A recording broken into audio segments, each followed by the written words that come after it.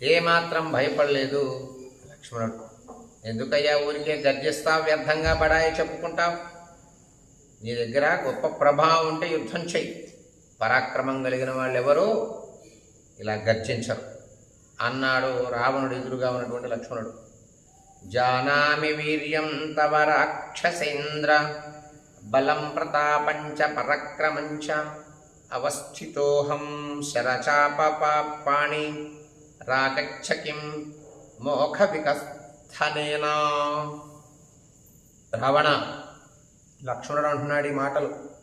నీ వీర్యం, నీ బలం, నీ పరాక్రమం, నీ ప్రతాపం ఎంతటితో నాకు తెలుసులేవయ్యా.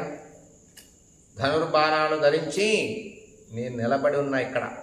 రా, బడాయి చెప్పబాకు, వ్యర్థమైన మాటలు మాట్లాడకు, ప్రయోజనం ఏమీ లేదు వీటి వల్ల అన్నాడు లక్ష్మణుడు రావణుడితో. జానామి వీర్యం.